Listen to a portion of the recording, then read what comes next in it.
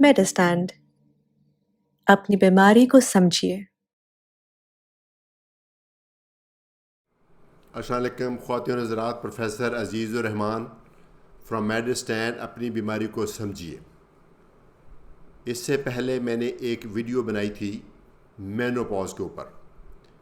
Menopause मैंने बताया था कि औरतों की एक ख़ास उम्र के बाद 45-50 की उम्र के बाद ये पीरियड्स बंद हो जाते हैं, क्योंकि ओवरीज़ काम छोड़ देती हैं। ओवरीज़ एग्स नहीं बना रही होती और ओवरीज़ हार्मोन नहीं बना रही होती। हमेशा से ये समझा गया है कि मर्दों में इसके बराबर, इसके इक्विवेलेंट कोई बीमारी नहीं है। जैसे इसका कहते हैं कि मर्द हमेशा जवान रहता है, एक्चुअली अभी हमें रियलाइजेशन हुई है साइंटिस्ट को कि ऐसा नहीं। मर्दों में भी एक कंडीशन होती है जिसको बोलते हैं एंड्रोपॉज। एंड्रोपॉज मेनोपॉज का एग्जैक्ट इक्विवेलेंट नहीं है, लेकिन काफ़ी हद तक मिलती जुलती अलामात हैं इसकी भी। इसमें क्या होता है कि इसमें बल्कि जैसे मैंने मेनोपॉज का बताया था 45 और 50-55 साल की उम्र में, जो एंड्रोपॉज है वो काफ़ी जल्दी स्टार्ट होता है, लेकिन स्टार्ट बहुत ग्रेजुअल होता है। अक्सर मर्दों का 35 साल की उम्र में ही टेस्टोस्टेरोन लेवल जो है वो कम होना शुरू हो जाता है। 35 साल अभी जवानी की उम्र ही होती है, लेकिन 35 साल के ऊपर भी टेस्टोस्टेरोन का लेवल ग्रेजुअली ऐसा ऐसा कम होना शुरू हो जाता है। और अक्सर लोगों का 70-80 साल की उम्र में जाके काफ़ी हद तक क्रिटिकली लेवल कम हो जाता है। काफ़ी सारे लोगों का, हर एक का नहीं, लेकिन काफ़ी हद तक लोगों का कम हो जाता है। लेकिन जिस तरह से औरतों में तो बड़ी एक क्लियर कट निशानी है कि पीरियड्स बंद हो गए, मर्दों में उसके इक्विवेलेंट कोई ख़ास निशानी नहीं है। जनरल सी सिम्टम्स आती हैं, फटीग सी, ये जल्दी थक जाते हैं, या कई दफ़ा थोड़ा सा एरेक्टाइल डिसफंक्शन उनको आ जाता है, यानी उनकी एरेक्शन ज़रा वीक हो जाती है।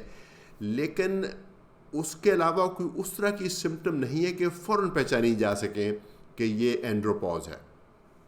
तशख़ीस इसलिए भी मुमकिन नहीं होती जल्दी से कि एक तो सिम्टम बड़ी वेग हैं, दूसरा इस उम्र में अक्सर लोग अपनी दूसरी मेडिकल कंडीशंस की अद्वियात ले रहे हैं। किसी को डायबिटीज़ है, किसी को ब्लड प्रेशर है, किसी को हार्ट का मसला है, किसी को एस्थमा है। तो उनकी जो कि अद्वियात खा रहे होते हैं, तो अक्सर उनकी अद्वियात के एक समझा जाता है उनके साइड इफ़ेक्ट्स हैं जो उन बीमारियों की सिम्टम्स हैं। तो एंड्रोपॉज को आमतौर पे पहचाना नहीं जाता, लेकिन आजकल इसकी डॉक्टरों में अवेयरनेस आ रही है।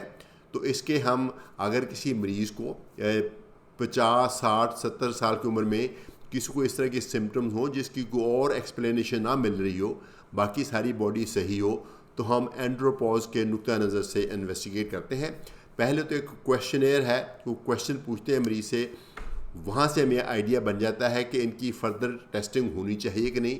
अगर फ़र्दर टेस्टिंग होनी हो तो जो उसमें ब्लड में टेस्टोस्टेरोन का लेवल चेक होता है।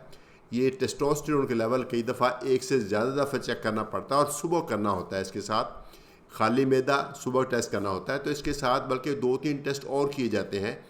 एक प्रोलैक्टिन टेस्ट किया जाता है, एक टेस्टोस्टेरोन बाइंडिंग ग्लोबुलिन की जाती है, एक प्रोटीन लेवल किया जाता है। फिर जाके पता चलता है कि ये वाकई एंड्रोपॉज है कि नहीं है। कुछ लोगों में हमें जाके FSH, LH जो ब्रेन के प्रोटीन होते हैं, जो पिट्यूटरी से आते हैं, वो भी टेस्ट करने पड़ते हैं। तो यानी मुश्किल तशख़ीस है, सीरियस मसला नहीं है, तशख़ीस इतनी स्ट्रेट फॉरवर्ड नहीं है, लेकिन ये इम्पॉर्टेंट है चूँकि साइंस ने ये बताया है कि वो लोग जिनका वाक़तन टेस्टोस्टेरोन लेवल कम हो गया है, उनको वेग सिम्टम है, उनको टेस्टोस्टेरोन की रिप्लेसमेंट मिलनी चाहिए, ताकि उनको फिर उनकी काफ़ी हद तक फ़ायदे हो जाते हैं।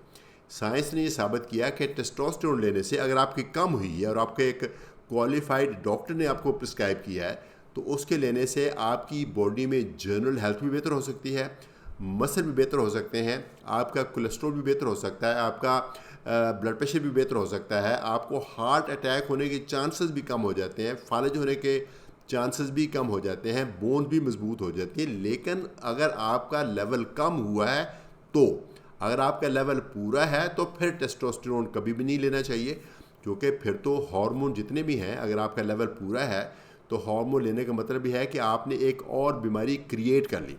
और ये चीज़ ऐसी है जो कि आप प्लीज़ कभी खुद से ना लें। اگر آپ کو اس طرح کی سمٹمز ہیں جیسے میں نے بتائی ہیں، ویگ سے سمٹم ہے، کسی اور کنڈیشن میں وہ فال نہیں کرتی، تو ایک دفعہ اپنے ڈاکٹر سے ملیں. بے شک آپ خود پوائنٹ آؤٹ کر دیں کہ میں چیک کرانا چاہتا ہوں کہ مجھے کہیں یہ تو نہیں اینڈروپوز تو نہیں ہے، تو وہ آپ کے ٹیسٹ ہوں گے. اگر آپ کا ہارمون لیول کم ہے تو آپ کو پھر ٹریٹمنٹ ملے گی ہارمون کی صورت میں. یہ 3 فارمز میں آتا ہے. تو سب سے جو ایزی ٹریٹمنٹ ہے وہ تو ٹیبلٹس ہیں. 2 گولیاں صبح 2 شام کھانی پڑتی ہیں، وہ ڈاکٹر بتائیں گے کون سی ہیں. یا پھر اس کا ایک کریم ہے جو باڈی میں کہیں بھی لگاتے ہیں، چیسٹ پہ لگاتے ہیں، شولڈر پہ، بیک پہ، وہ اسکن میں سے ایبزارب ہو کے باڈی میں چلی جاتی ہے. وہ کریم بھی اس کی ہے، وہ گولیوں سے زیادہ ایکسپینسو ہوتی ہے. ایک دوائی ہے، اس کے ٹیکے ہیں، وہ ٹیکہ ہر 15 دن کے بعد لگتا ہے، وہ سب سے سستا ہے. لیکن آف کورس چونکہ ٹیکہ ہے پین فل ہے، تھوڑا سا آئل بیسڈ ہوتا ہے، تھوڑی سی تکلیف ہوتی ہے، لیکن وہ سب سے سستا علاج ہے. آپ کے لیے نمبر 1 کہ ٹیسٹوسٹیرون ملنا چاہیے کہ نہیں ملنا چاہیے. دوسرا، کس فارم میں ملنا چاہیے اور کب تک ملنا چاہیے. یہ سارے بہت ٹیکنیکل کویشچنز ہیں. یہ ایک کوالیفائڈ ڈاکٹر ہی بتا سکتا ہے، فزیشین یا جس کو بولتے ہیں اینڈرولوجسٹ یا اینڈوکرینولوجسٹ، یہ بتا سکتے ہیں. تو آپ اپنے ڈاکٹر سے مل سکتے ہیں اگر آپ کی ایسی سمٹم ہے. اگرچہ اویئرنیس کی حد تک یہ ویڈیو آپ کے لیے یوزفل ہوگی، لیکن پلیز آپ اپنی تشخیص مت کریں، اپنا علاج خود سے مت کریں. ایک امپورٹنٹ کنڈیشن ہے.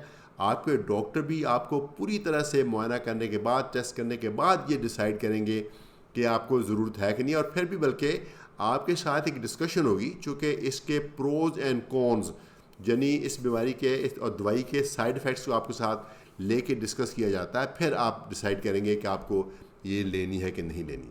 یہ میں بتاتا جاؤں، یہ اینڈروپوز جو ہے، یہ جو اریکٹائل ڈس فنکشن ہے اس سے مختلف چیز ہے. اریکٹائل ڈس فنکشن کا مطلب ہوتا ہے اریکشن نہیں.